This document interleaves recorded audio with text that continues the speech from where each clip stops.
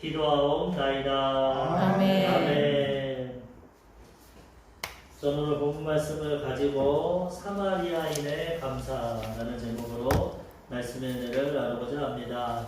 감사라는 단어를 사전에서 찾아보니까 고마움을 나타내는 인사, 마음의 고마움을 깨닫고 그것을 표현하는 것입니다. 그런데 성경을 통해 볼 때 하나님은 우리가 감사하는 것을 너무나 기뻐하십니다. 하나님, 우리가 예배하고 하나님 섬기는 것도 너무나 기뻐하시는데 그 내용이 감사로서 하나님의 은혜를 깨닫고 나를 창조하시고 나를 구원하시고 나를 위해 천국을 예비하시고 일평생 광야 같은 인생길 나를 지켜주시고 보호해주시는 그 하나님의 은혜를 깨닫고 진정으로 감사할 때 하나님이 기뻐하시고 더 큰 은혜와 하나님의 축복으로 우리의 삶을 인도해 주시는 것입니다.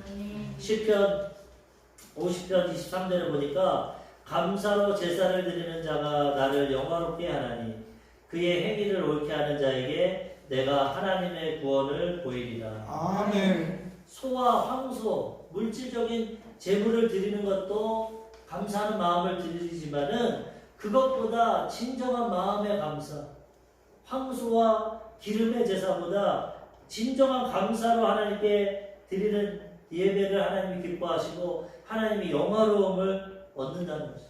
영광을 얻고 기뻐하고 감사하시고 그 다음에 하나님 말씀대로 살아갈 때 하나님이 우리에게 구원의 은혜를 더하여 주시는 것입니다. 그러므로 우리는 이것을 깨닫고 어찌하든지 하나님 앞에 감사하며 살아가야 되는 것입니다. 좋을 때도 감사하고 나쁠 때도 감사하고 어떠한 형편에도 감사하는 것이 진정한 감사입니다. 좋을 때는 안 믿는 사람도 감사합니다. 아, 운이 좋으네. 누가 날 도와주나? 조상이 도와주나? 안 믿는 사람도 감사합니다. 그렇지만 어렵고 힘들 때는 감사하지 않습니다. 내가 무슨 죄를 졌는가? 내가 뭘 잘못했는데 이런 문제가 생겼나? 낙심하고 좌절하고 원망하고 불평하지만은 믿음의 사람, 하나님의 은혜를 체험한 사람은 어렵고 힘들 때 더 감사한 거죠. 지금까지 평안히 살았고, 지금까지 건강하게 살았고, 지금까지 하나님의 축복 가운데 살았고, 근데 지금 고난이 왔구나. 하지만 하나님은 이 고난을 통해서 나를 만나주시고, 내 신앙을 더 성장시켜주시고, 더 좋은 길로 인도해 주시겠구나. 고난 가운데 감사할 때 하나님이 영화로움을 얻으시고, 야, 진짜 너 믿음이 있구나. 그 어려운 가운데도 감사하는구나. 하나님이 구원의 역사를 베풀어 주시는 것입니다. 감사할 때 하나님이 더 은혜를 베풀어 주신다는 것. 우리는 이 진리를 깨닫고 항상 범사에 감사하고 하나님을 찬양하고 나아갈 때 하나님을 영화롭게 해드리고 하나님 마음에 기쁨을 드리고 하나님의 인도하심을 받는 삶을 살아가게 되는 것입니다. 누구든지 감사하면 하나님이 기뻐 받으십니다. 누구든지. 오늘 본문에 보면은 특별히 사마리아인이라는 사람이 등장을 하는데 이 사마리아인은 사실 그 당시 유대인들에게 인정받지 못하는 사람들입니다. 이스라엘의 역사를 보면은 솔로몬의 우상 숭배를 통해서 나라가 나눠집니다. 북이스라엘과 남유다로. 그런데 북이스라엘은 처음부터 하나님을 범죄하고 우상 숭배하고 남유다는 그래도 다윗의 혈통으로서 하나님을 경외해서 좋은 왕도 있고 악한 왕도 있고 이런 모습이 나타나는데 너무나 우상 숭배하고 범죄하니까 하나님이 북이스라엘은 먼저 멸망시켜줬어요. BC 722년도에 아수르를 통해서 나라가 없어져 망했습니다. 그리고 아수르의 정책을 통해서 거기 주민들을 다른 지역으로 보내고 또 다른 지역의 주민들을 그 사마리아 북이스라엘에 보내서 혼혈 민족으로 만들었어요. 정통성을 잃어버리기 위해서 유대인들 하나님 택한 백성 선민들을 다른 족속과 결혼시키고 혼혈 민족으로 만들어서 거기서 나온 사람들이 바로 이 사마리아인입니다. 북이스라엘 수도가 사마리아이기 때문에. 그래서 남유다에서 믿음을 지키고 하나님을 섬겼던 그 유다 백성들, 남유다 백성들도 물론 BC 586년 한 150년 좀 더 살다 거기도 망했어. 불순종하고 하나님을 거역했어. 그런데 그 사람들은 바벨론에 망했기 때문에 바벨론은 그 혈통을 지켜주고 그 문화를 인정해주고 종교를 인정해줘서 그들은 혼혈되지 않고 자기의 혈통을 지키며 살아. 그러다 보니까 나중에 이 유대인들은 이 사마리아인을 자기 민족으로 취급하지 않습니다. 상종하지 않습니다. 이방 민족과 피가 섞였고 정통 우리 유대인이 아니기 때문에 그들과 상종하지 않았어요. 그래서 항상 성경에는 사마리아인은 인정받지 못하는 그런 모습으로 나왔다는 거예요. 그런데 예수님은 그래도 사마리아인들을 사랑하고 그들을 구원하셨어요. 수가성 사마리아 여인을 찾아가서 예수님께서 그를 구원해 주시고 그 다음에 예수님의 비유를 통하면 사마리아인들이 좋은 모습으로 나타납니다. 그것은 혈통적으로만 민족적으로만 유대인이라고 착각하지 말라는 겁니다. 내용이 좋아야지. 하나님 앞에 진실로 하나님을 사랑하고 이웃을 사랑하고 하나님 뜻대로 실천하는 것이 하나님의 백성이지 혈통적으로 유대인이라고 하고 교만하고 자만하고 남을 무시하고 이방 민족들을 개와 같이 취급하고 이런 교만한 유대인들을 기뻐하지 않으셨다는 거예요. 잘못된 신앙을 지적하셨다는 거예요. 그래서 선한 사마리아인의 비유가 있지 않습니까? 그 당시 가장 유대인들이 신뢰하는 대제사장, 그 다음에 레위, 그런 사람은 강도 이웃, 만난 이웃을 봤을 때 그냥 지나가고 있어요. 정지하고 지나갑니다. 아, 이 사람 무슨 죄를 졌구나. 그래서 강도 맞아서 죽어가는구나. 하나님의 심판이 됐다. 지나갑니다. 레위, 제사장을 통해서 하나님의 성령 레위인도 그 강도 만난 이웃을 보고 그냥 지나갔어요. 근데 유대인들이 가장 혐오하고 미워하는 이 사마리아, 선한 사마리아 사람은 그 사람을 치료해주고 기름을 부어주고 주막으로 옮겨서 비용을 내주고 그 사람을 치료해줬어요. 예수님이 어느 누가 진정한 이웃이냐? 예수님은 혈통과 가문과 나의 조건을 보지 않는 것입니다. 우리의 마음과 중심을 보시고 우리의 삶의 모습을 보셔서 유대인이든 사마리아인이든 그것이 중요한 것이 아니라 진정으로 하나님을 사랑하고 이웃을 사랑하는 그 사람이 진정 하나님을 섬기는 사람이라고 유대인들에게 깨달음을 주셨다는 것입니다. 오늘도 본문에 보면은 나병 환자, 지금 한센병이라고 그러죠. 나병 환자 10명이 예수님께 치료를 받습니다. 그래서 정상적으로 치료를 받았는데 감사하는 사람이 이 사마리아 사람 한 사람밖에 없어요. 하나님 깨달음을 주신다. 혈통적으로 상황적으로 중요한 것이 아니라 진정으로 하나님의 은혜를 깨닫고 감사하는 사람이 하나님이 기뻐하시는 사람이 되고 그런 사람들을 하나님이 은혜를 베풀어주시고 구원해 주신다는 것입니다. 오늘 우리가 추수감사를 통해서 그런 하나님이 진정으로 원하시고 기뻐하시는 감사가 어떤 감사인가? 이 사마리아인의 감사를 하나님이 어떻게 기뻐 받으셨는가 말씀을 통해서 알아보고자 합니다. 첫 번째로 나병 환자들의 간구하는 모습이 나옵니다. 아까도 말씀드렸지만은 누가복음 17장 11절에서 13절 본문에 보면은 예수께서 예루살렘으로 가실 때 사마리아와 갈릴리 사이로 지나가시다가 한 마을에 들어가시니 나병 환자 10명이 예수를 만나 멀리 서서 소리를 높여 이르되 예수 선생님이여 우리를 불쌍히 여기소서 하거늘. 예수님의 고향은 이스라엘의 북쪽 갈릴리입니다. 그리고 예루살렘은 남쪽에 있습니다. 거기를 통과하려면 항상 사마리아를 지나가야 돼요. 정통 유대인들은 안 지나갑니다. 사마리아인들 상종하기 싫어서 돌아갑니다. 근데 예수님 항상 거기를 지나가시면서 사마리아인들에게도 복음을 전하고 구원하시는데 오늘도 예루살렘 가시려고 갈릴리와 사마리아 사이로 지나서 그들에게 하는데 한 마을이 있었습니다. 근데 이 마을은 사마리아인만 사는 마을 같지는 않습니다. 이 갈릴리 지역에는 유대인들도 있었기 때문에 유대인들도 함께 살았던 마을인 것 같습니다. 그런데 그 마을에 들어갔을 때 예수님 오신다는 소문을 듣고 나병 환자 10명이 예수님께 간구합니다. 예수님의 소문을 들었어요. 예수님은 가는 곳마다 죽은 자를 살리시고 나병 환자도 고치시고 눈먼 자를 보게 하시고 듣지 못하는 자를 듣게 하시고 기적을 일으킨다. 그 말씀을 들었기 때문에 이 당시에 이 나병은 불치의 병입니다. 고칠 수 없어요. 그리고 종교적으로도 부정한 병입니다. 하나님께 심판받는 병. 그래서 함께 가족들과 살지도 못합니다. 레위기 13장 45절에 보면은 나병 환자는 옷을 찢고 머리를 풀며 윗입술을 가리고 외치기를 부정하다 부정하다 할 것이요.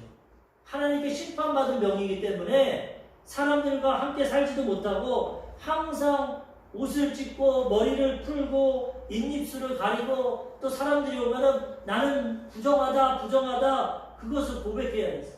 사람들과 격리되어서 버림받은 인생으로 살아가는 아주 육체적으로도 영적으로도 정신적으로도 가장 비참한 질병이었어. 모든 사람에게 인정받지 못하고 외면하는 그런 병이었습니다. 아무런 소망과 희망도 없습니다. 불치병 고칠 수도 없어. 그런데 예수 그리스도의 복음을 들었어. 예수님은 나병 환자도 사랑하시고 고친다. 그 말을 들었기 때문에 이 사람들에게 너무나 희망이 생겼고 예수님이 자기 마을에 들어오신다 했을 때 간절히 간구하고 자신을 치료해 달라고 나병 환자들이 구했다는 것입니다. 누가복음 7장 22절에 보면은 예수님의 소문이 이렇게 납니다. 예수께서 대답하여 이르시되 너희가 가서 보고 들은 것을 요한에게 알리되 맹인이 보며 못 걷는 사람이 걸으며 나병 환자가 깨끗함을 받으며 귀먹은 사람이 들으며 죽은 자가 살아나며 가난한 자에게 복음이 전파된다 하라. 요한이 예수님을 하나님의 아들로 하나님의 어린 양으로 인정하고 침례까지 베풀었는데 감옥에 있다 보니까 믿음이 흔들렸어. 진짜 메시아가 맞나? 진짜 예수님 맞나? 우리가 말씀 듣고 은혜 가운데 있으면 믿음이 굳건하지만 세상에 나가서 세상 소리 듣고 세상에 취해 살아가면 믿음이 흔들립니다. 그래서 우리가 항상 말씀과 기도로 하나님과 함께 해야 되는데 이 여자가 낳은 자 중에 가장 큰 자였던 예수님께 인정받은 이 세례 요한도 감옥에 갇히고 절망 가운데 있으니까 예수님에 대한 믿음이 흔들렸어요. 진짜 메시아인가? 진짜 맞나? 그래서 제자에게 물어봅니다. 예수님에 대해서 좀 알아봐라. 그랬더니 예수님이 요한에게 가서 이렇게 얘기해라. 열매를 봐라. 나의 열매. 어떤 열매냐? 맹인이 보고 못 걷는 사람이 걷고 심지어 나병 환자 불치병도 낫고 못 듣는 자가 듣고 장애인들을 치료하고 그 다음에 죽은 자가 살아나고 가난한 자에게 복음이 전파된다. 예수님이 뭐라고 그러셨냐? 내 존재를 보지 말고 내 행위를 보고 내 열매를 보고 인정하라. 요한이 믿지 못했지만 그 사건 하나님의 역사 가난한 자에게 복음이 증거돼서 구원을 받게 하시고 병든 자를 치료하시고 하나님의 역사가 나타나는 그것을 증거함을 통해서 하나님의 보내신 메시아 하나님의 뜻을 이루는 하나님의 아들이라는 것을 증거하였고 요한도 믿었고 많은 사람들이 그것을 통해서 예수님을 인정했다는 것입니다. 이 사마리아 환자들도 그 소식을 들었기 때문에 예수님이 들어오셨을 때 마을에 들어오셨을 때 소리를 높여서 예수 선생님이여 우리를 불쌍히 여기소서. 당신 나병 환자도 고치는데 우리들도 좀 불쌍히 여겨서 고쳐주시옵소서. 간구하고 나왔어요. 그때 주님은 한 사람도 외면하지 않고 한 사람도 평가하지 않고 다 고쳐주셨어요. 주님은 이런 분입니다. 우리가 회개하고 예수님 인정하고 주님 앞에 나아가 기도할 때 하나님 우리의 기도를 들어주신다는 거예요. 너는 착하니까 들어주고 너는 주일 성수했으니까 들어주고 너는 나쁘니까 안 들어주고 그렇지 않습니다. 10명의 나병 환자가 여러 가지 형편과 상황이 있었을 터인데 그럼에도 불구하고 예수님을 인정하고 주님께 도움을 요청하고 기도하니까 주님이 다 은혜를 베풀어 주셨다는 거예요. 우리가 기도하고 구할 때 하나님은 오늘도 우리의 기도를 통해 응답해 주시고 역사해 주신다는 것입니다. 마태복음 7장 7절에서 8절 구하라 그리하면 너에게 주실 것이요 찾으라 그리하면 찾아낼 것이요 문을 두드리라 그리하면 너에게 열릴 것이니 구하는 이마다 받을 것이요 찾는 이는 찾아낼 것이요 두드리는 이에게는 열릴 것이니라. 너희가 악한 자라도 좋은 것으로 자식에게 줄 줄 알거든 하물며 하늘에 계신 너희 아버지께서 구하는 자에게 좋은 것으로 주시지 않겠느냐. 아멘. 차별하지 않으시죠.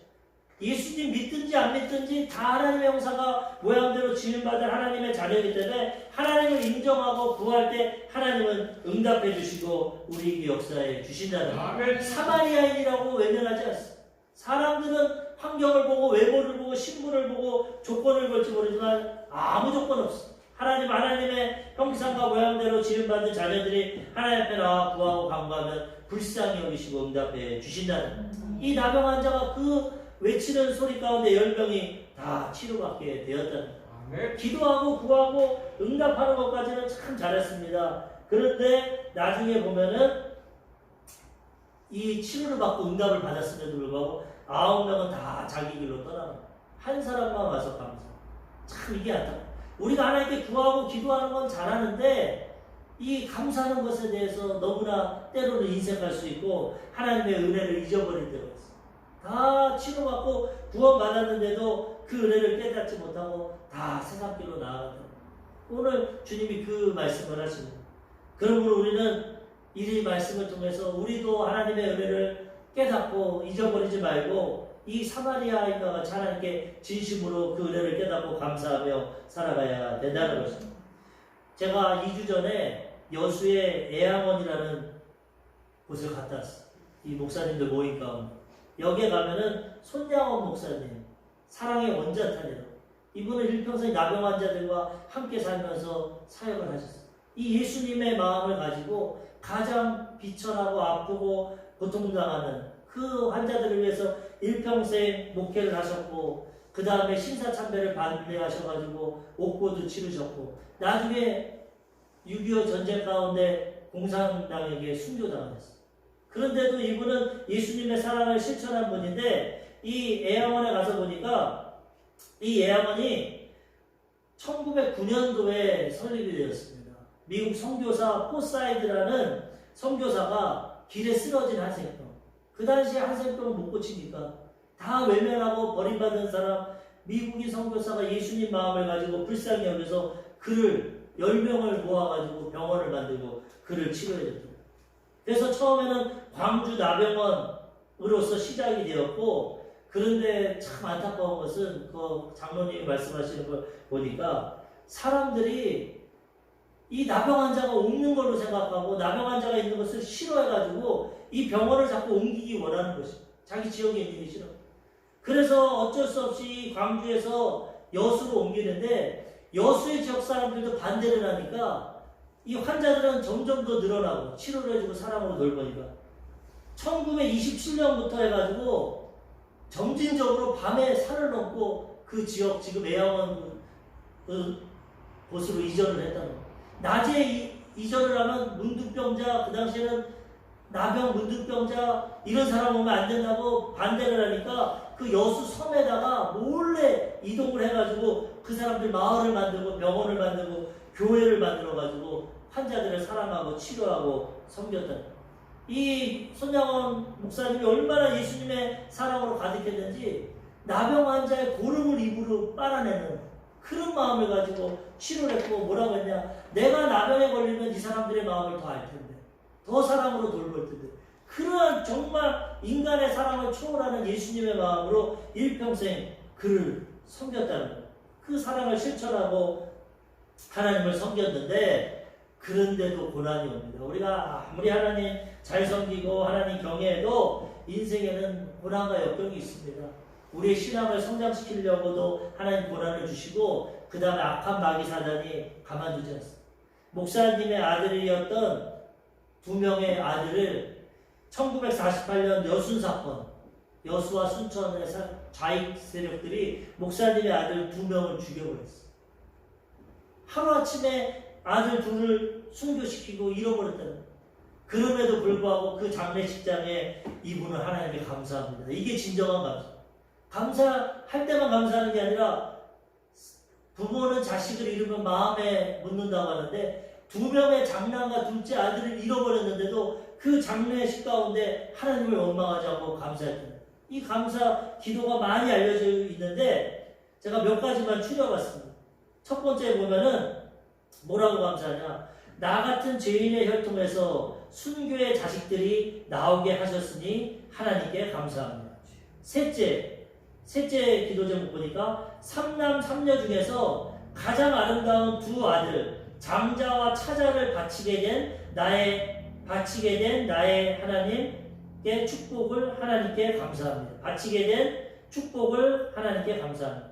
5번째 기도 제목은 예수 믿다가 누워 죽는 것도 큰 복이라 하거늘 하물며 전도하다 총살 순교 당함이리요 하나님께 감사합니다.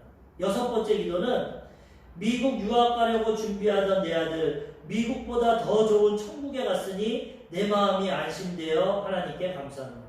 일곱째, 나의 사랑하는 두 아들을 총살한 원수를 회개시켜 내 아들 삼고자 하는 사랑의 마음을 주신 하나님 감사합니다.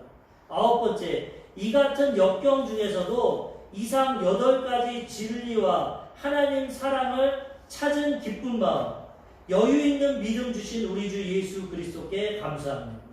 10가지 제목을 통해서 지금 아들이 색대 같은 아들이 죽어서 장례식을 치르는데 이 감사의 기도를 드립니다. 나 같은 죄인에게서 순교자가 나오고 한 아들도 아니고 두 아들을 순교하게 하시고 가장 귀한 아들 미국 보내려고 했는데 천국으로 인도해 주시기 감사.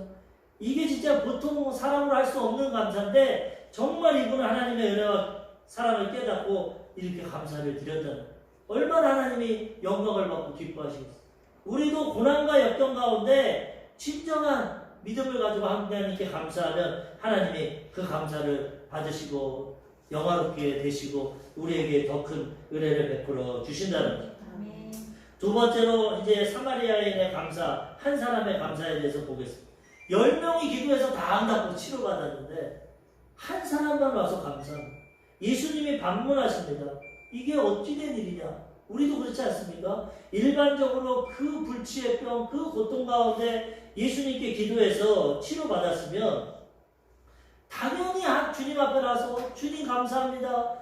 나를 이 절망 가운데서 질병 가운데서 치료해 주셨군요. 감사하는 게 당연한 건데 우리 생각과는 너무나 틀리게 9명은 다 그냥 왔어. 한 사람만 와서 감사했다. 우리 조용기 목사님이 간증하시는 거 보니까 큰 교회를 하다 보니까 도움 요청도 오고 도움을 필요한 곳도 많기 때문에 많은 사람들을 교회 이름으로 도와주고 장학금도 주고 많은 도움을 주는데 의외로 감사를 표현하는 사람이 없다는 거죠. 열등의식 때문에 그런 건지 잊어버리는지 도와달라고 하고 어려움을 요청을 하긴 하지만 그래서 기쁨으로 도와주고 섬기면 그 다음에는 싹 관계를 끊는다는 거예요. 참 이상하다. 알 수 없었는데 이 말씀을 볼 때 진짜 그렇구나. 많은 사람들이 은혜를 받고 하나님의 은혜 가운데 치료도 받고 구원도 받고 회복도 되는데 감사의 표현을 많이 하지 않는다는 거예요. 그렇기 때문에 우리는 이러한 모습을 우리가 생각하고 우리는 어떠한 형편과 상황에도 정말 하나님의 은혜를 생각하고 감사해야 된다는 것입니다. 누가복음 17장 14절에서 16절 본문 말씀 보니까 예수님이 보시고 이르시되 가서 제사장들에게 너희 몸을 보이라 하셨더니 그들이 가다가 깨끗함을 받은지라. 그 중에 한 사람이 자기가 나은 것을 보고 큰 소리로 하나님께 영광을 돌리며 돌아와 예수의 발 아래에 엎드려 감사하니 그는 사마리아 사람이다. 이 사람은 정말 얼마나 큰 소리로 하나님께 영광을 돌려 얼마나 기쁩니까? 사람들에게 외면당하고 병에 고통을 당하고 그리고 사람들에게 버림받고 이런 모습인데 기도 한마디를 통해서 예수님께 간구한 그 기도 한마디를 통해서 깨끗이 치료받고 회복됐으니 얼마나 감사합니까? 가던 길에서 돌아와서 예수님 말 앞에 엎드려서 감사합니다. 예수님 감사합니다. 내 질병이 치료받았습니다. 너무나 감사합니다. 근데 예수님이 볼 때 반문하십니다. 누가복음 17장 17절에서 18절. 예수께서 대답하여 이르시되 10사람이 다 깨끗함을 받지 아니하였느냐? 그 9은 어디 있느냐? 이 이방인 외에는 하나님께 영광을 돌리러 돌아온 자가 없느냐 하시고 예수님도 그들을 불쌍히 여기서 치료해 주셨는데 9사람은 다 사라지고 이방인, 사마리아인은 이방인으로 취급하잖아요. 유대인들은 다 사라지고 하나님 섬기다는 사람들은 다 사라지고 오직 이 사마리아인만 하나님께 영광을 돌리려고 왔다. 이게 어떻게 보면 우리의 모습일 수도 있습니다. 하나님께 큰 은혜를 받고 구원을 받고 하나님의 은혜 가운데 살아가는데 우리가 때로는 너무나 감사하지 못하고 이 은혜를 깨닫지 못할 때가 많다는 거예요. 주님이 안타까워하십니다. 이 이방인의 이 사마리아 사람밖에는 없느냐? 다 치료받지 않았느냐? 다 어디 갔느냐? 너무 기뻐서 부모님 만나러 갈 수도 있겠죠. 제사장에게 몸을 보이라고 했으니까 제사장에게 완전히 치료받았다고 증명을 받기를 또 원했겠죠. 바쁜 것도 있었겠지만 그래도 근본적인 그 질병을 치료해 주신 예수님께 말 한마디라도 감사를 표현해야 되는데 그 사람들은 다 외면하고 갔다. 조 목사님이 목회를 하면서도 또 느끼는 것이 많은 사람들이 교회에 오는 것이 병이 들거나 사업에 실패하거나 고난과 역경 가운데 와서 예수님을 믿고 은혜를 받는다는 거예요. 구원받고 치료받고 회복되고 형통하면 슬슬 교회를 떠난답니다. 그래서 물어봤어요. 아니 왜 주님 앞에 나와서 이렇게 병도 치료받고 은혜 받았는데 왜 교회를 안 나옵니까? 목사님 이제 교회 올 필요가 없어. 나 건강한데 뭐하러 옵니까? 내가 아파서 치료받으러 왔는데 나 이제 치료받았어. 그리고 세상으로 나간다. 그 은혜를 잊어버리고 세상으로 나아감으로써 더 큰 하나님의 은혜를 받지 못한다. 우리는 날마다 하나님의 은혜를 생각해야 되는 것입니다. 지금까지 살아온 것, 지금까지 건강하게, 지금까지 하나님의 축복 가운데 하나님 안에서 살아온 것 감사하고 하나님께 찬양할 때 하나님이 기뻐하시고 더 큰 은혜를 베풀어 주신다는 것. 아멘. 시편 103편 2절에서 5절에 보면은 내 영혼아 여호와를 송축하며 그의 모든 은택을 잊지 말지어다. 그가 내 모든 죄악을 사하시며 내 모든 병을 고치시며 내 생명을 파멸해서 속량하시고 인자와 긍휼로 간을 씌우시며 좋은 것으로 내 소원을 만족하게 하사 내 청춘을 독수리같이 새롭게 하시는도다. 시편 기자는 하나님께 영광 돌리면서 자기에게 베풀으신 은혜를 잊지 말라고 합니다. 어떤 은혜입니까? 내 모든 죄악을 사해 주셨다. 일평생 우리는 죄 가운데 살아갑니다. 그런데 예수 그리스도의 십자가를 통해서 우리의 과거의 죄, 현재의 죄, 미래의 죄, 믿음을 통해서 다 사해 주셨다. 내 모든 병을 고쳐주셨다. 우리에게 병이 얼마나 많습니까? 정신적인 병, 마음의 병, 육체의 병, 안 아픈 사람이 어디 있어요? 그런데도 예수님 안에서 믿음으로 기도하고 나아갈 때 병원을 통해서 약을 통해서 믿음을 통해서 하나님 치료해 주셔서 지금도 우리가 건강하게 살아가고 있다는 것입니다. 내 생명을 파멸해서 속량하시고 죄 가운데 죄의 대가인 사망, 죽음, 심판이 우리에게 다가왔는데 아들 독생자를 십자가에서 죽이심으로 우리를 죄 가운데서 건져내시고 예수 그리스도의 의로 천국 백성 되게 하신 이 은혜를 생각할 때도 날마다 감사해야 됩니다. 그 다음에 인자와 긍휼로 우리를 사랑하시고 불쌍히 여기시고 관을 씌우시고 생명의 멸류관을 예비해 주시고 천국을 예비해 주시고 우리의 소원을 이루어 주시고 우리의 삶을 인도해 주시는 이 좋으신 하나님의 은혜를 생각할 때 날마다 감사하고 그저 감사하고 하나님 앞에 찬양할 것밖에 없다는 것입니다. 항상 예화를 드리지만 우리 조 목사님 천막치고 교회 할 때 한 옆에 교회 장로님이 새벽 예배 드리는데 새벽부터 오면은 무조건 그저 감사합니다. 그저 감사합니다. 조 목사님 젊고 전도사인데 야 기독교인이 저렇게 무식하냐, 기도를 조목조목 해야지. 그저 그게 뭐냐.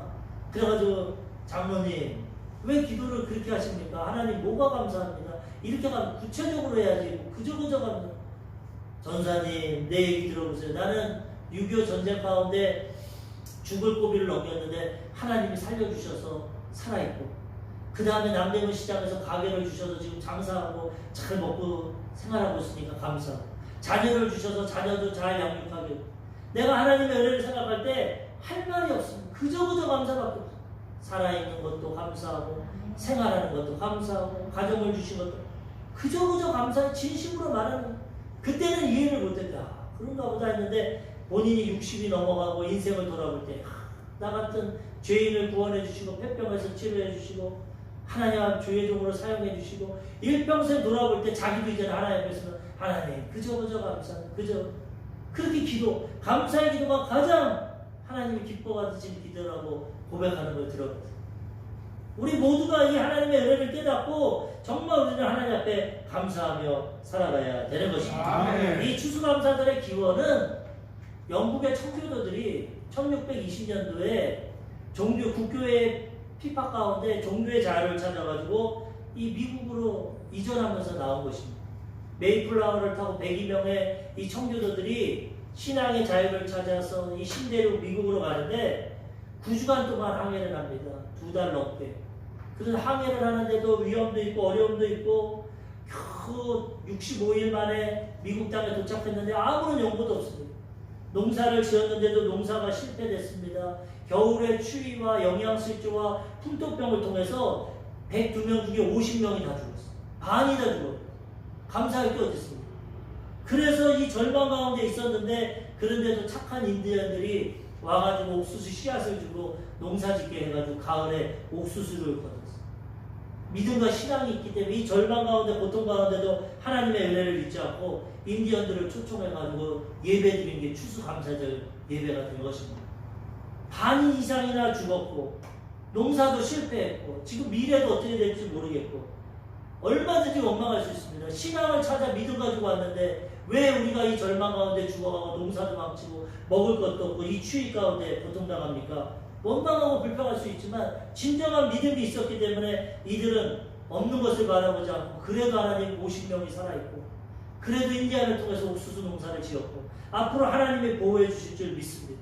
교회부터 짓고 학교부터 짓고 가정을 짓고 하나님 안에서 감사하며 살아가니까 이 미국이 하나님 앞에 복을 받고 세계 최대의 강대국이 되고 하나님 앞에 귀하게 쓰임받게 되는 것입니다. 그러므로 우리들도 어려움과 역경 가운데도 하나님의 은혜를 잊지 않고 하나님 앞에 감사하며 나아갈 때 더 큰 하나님의 은혜와 도우심 가운데 우리가 살아가게 된다는 것입니다. 이들도 7가지 감사 제목을 하나님께 올렸습니다. 첫 번째, 비록 작지만 배를 주셔서 항해를 하게 하셨으니 감사합니다. 한없이 느리지만 끝까지 항해를 할 수 있었으니 감사합니다. 항해 중에 2사람이 죽었지만 한 아기가 태어났으니 감사합니다. 항해 중에 큰 도시 부러졌지만 파손하지 않았으니 감사합니다. 여인들이 파도에 휩쓸렸지만 한 사람도 떠내려가지 않았으니 감사합니다. 원주민들의 호의에 감사합니다. 그 어려운 항해 여정 속에서도 돌아가고자 하는 가족이 한 명도 없었으니 감사합니다. 많은 고통과 어려움이 있었지만 그 가운데 하나님의 은혜를 생각하고 감사했다는 그 감사를 받으시고 하나님이 그들을 지켜 보호해 주셨다. 우리도 절망 가운데 내 뜻대로 안 되고 내 기도대로 안 되고 믿음 생활 하는데 때로는 고난과 어려움과 역경이 있지만 그래도 그 가운데 역사하시고 도우시는 그 하나님께 감사하고 나갈 때 하나님이 우리의 감사를 기뻐 받아 주신다는 것. 마지막 3번째로 감사로 얻은 구원에 대해서 알아보겠습니다. 감사하면 하나님은 더 좋은 것을 주십니다. 구원은 우리가 믿음으로 받습니다. 마음으로 믿어 의에 이르고 입으로 시인해서 구원받습니다. 그런데 그 믿음이 진정한 감사에서 나와야 됩니다. 형식적으로 입술로 아무리 주여 주여 믿는다 해도 안 됩니다. 내 아버지의 뜻대로 행하는 자가 들어갑니다.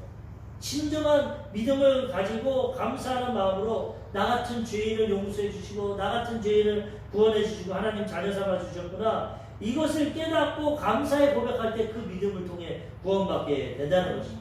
이 사마리아인이 그 절망 가운데서 치료받고 은혜를 깨닫고 하나님께 감사하니까 예수님이 뭐라고 했습니까? 즉시로 그를 구원해 주셨어요.